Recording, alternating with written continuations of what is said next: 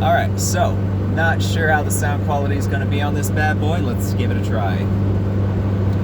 So I'm driving into Salem. I figure I might as well do another autism video.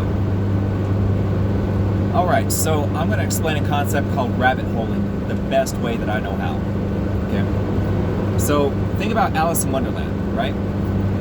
She's diving down the rabbit hole. She has this objective, chasing the white rabbit, right? But as she's going down, she's seeing more distractions than Aladdin when he was trying to get the lamp. So she sees this one thing over here that reminds her of a good time.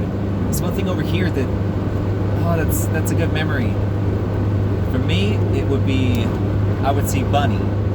Okay, she's a stuffed animal that I still have, that I've had since I was 2 years old. Apparently, they were pushing me in a cart. I reached over, grabbed on it, and started sucking on the ear. Okay, that's life. And then the other would be the ring my grandmother left me. So those things would be floating. And imagine something very special to you just floating down there. You've got the white rabbit. But you've got things special, or things that are interesting, or things that would normally just like pull you in. Like, oh my gosh, I totally wanted to see that and talk about that and do that. And if you grab any of them, you start a whole new rabbit hole. So you're still chasing the white rabbit, you're just going down a different tunnel now with different distractions. Those distractions are based on the memory that you chose. That's the best I got for you as far as rabbit holing. But basically we're following a thought process, but we see things on the way. Like on the side, off to the side of the road and whatnot, like, oh, that's a McDonald's, you want to get some food? Oh yeah, I want to go get some food. And what I want is a Big Mac and you start going into that rabbit hole.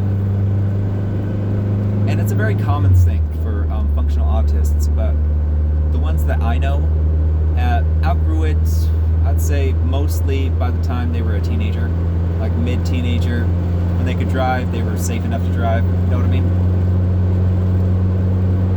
Myself, I'm constantly distracted and bombarded with all sorts of thoughts. But I've learned how to keep them locked up. And, just basically not undistracting. Because right now, I'm perfectly safe to drive and do this little video thing. And I'm notating every single car and their behavior as I'm going down the road. I'm notating the signs on the right, the mile markers, all of that. And you know what? It's actually very comfortable for me. Like, I know a lot of people would think, oh, that's way too distracting. For me, it's comfortable. So, take it or leave it. And I know the way that I talk, a lot of you are thinking, he doesn't seem autistic. I get it. I spent a long time trying to hide amongst you. And I hide in plain sight. But I couldn't always do it. Oh, you better believe I couldn't. I was awkward as the day I was born. Let me tell you something. See, all those little bumps. Stop bumping me. Lord have mercy. And don't you bump me either. Yes, I do talk like that when I'm driving. It's a healthy distraction for me. It keeps me preoccupied so that I'm just focused on that. I'm talking on this, on those little side things, instead of letting my mind daydream and rabbit hole. So we have covered rabbit holing today. And if you see a functional autist or somebody with ADHD kind of spacing out a little bit, they're just chasing the white rabbit, or more chasing the memory surrounding the white rabbit. It's a complicated process, but at the same time, for me it's natural. For every functional autist I've talked to, it's natural. It's partly why we're so distracted, is it's so natural to have all these different distractions in our head that we have to learn to sort through them. And that was exceptionally difficult for me very early on. But my autism is also very pronounced, more so than any of you would ever guess. Completely. Way more so than any of you would ever guess. 1 second. I got this local honey because if you start eating tablespoons of honey, right, what it does is it builds up an immunity to the pollens in the air for that, as long as it's local. And it's still waiting to kick in. We bought it 2 days ago. I'm waiting for it to kick with me. But it's helping. Like, it's legit helping. I get allergies every year and it's uncomfortable. Because of that itch in the back of your throat. I know I talk the way I talk, but on the same token, I can also talk a different way if I want to. This is just this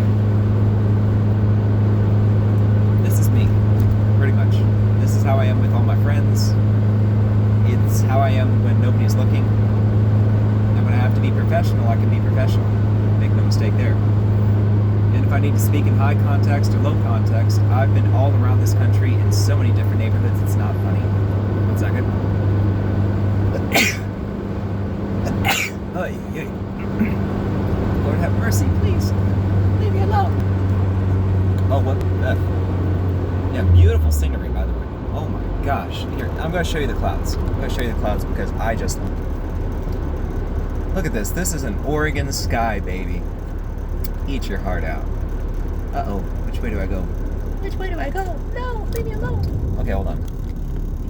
And by the way, getting a little bit quirky and funny and whatnot, that's how we are too. I have always been that quirky, weird person. And when I developed a decent sense of humor, you couldn't stop me. But yeah, rabbit holing is a very real thing. It is a natural distraction for us. It's kind of ingrained. At least for the ones I've known. But we always learn how to outgrow it. It's just some things you outgrow slower than others, you know?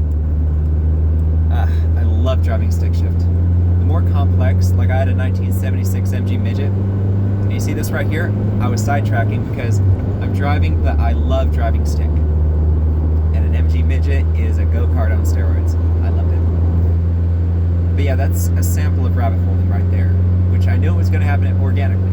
So, and you ever interview me, you're going to get the same thing. I'm going to have to literally snap myself out of it. But keep that in mind, because when we're younger, sometimes our way out of a rabbit hole is to ultra focus. And I remember one time my mother was yelling at me. I couldn't hear her, so she walks up, smacks me on my arm, and says, "I was yelling at you from 4 feet away." I was so focused on that TV, I could not hear her. Now, don't get me wrong, once I figured out that she figured it out, I used it to my advantage because I was a manipulative little kid. What 8-year-old isn't? Yeah, I know. So, but yeah, that happens. And just like how I had to snap myself back onto track, rabbit holing can snap us off track to where we have to recover where we were. So, this has been Rabbit Holing, brought to you by Sean Pupil, the functional autist. Copyright. Functional autist, copyright. Deal with it. Anyway, I'm going to get to driving and enjoying this cold because I like a little heat with the window down. I don't know why. It's kind of like being in front of a fire with a cool breeze behind you. It's just comforting. So I'm going to do that. You guys take care. Happy Autism Awareness Month.